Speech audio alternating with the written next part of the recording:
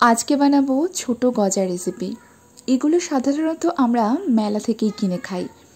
মেলায় অনেক রকম খাবার নিয়ে বসে যে দোকানগুলো, সেগুলো থেকে আমরা এগুলো কিনে খাই। তবে বাড়িতেই কিন্তু খুব সহজেই বানানো যায়, আর টেস্টও কিন্তু একদম দোকানের মতো হয়। আর এটা বানানোর জন্য আমি নিয়েছি 1.5 কাপ ময়দা, তার সাথে 2 চামচ ঘি নিয়েছি, সামান্য একটু লবণ আর একটুখানি খাবার সোডা মিশিয়ে খুব ভালো করে ময়দাটা মেখে নেব। ময়দাটাকে মুঠ করলে যেন এরকম টেক্সচার আসে, সেটা কিন্তু অবশ্যই খেয়াল রাখতে হবে। অল্প অল্প জল দিয়ে একদম টাইটও না আবার একদম নরমও না একটা ডো করে নেব।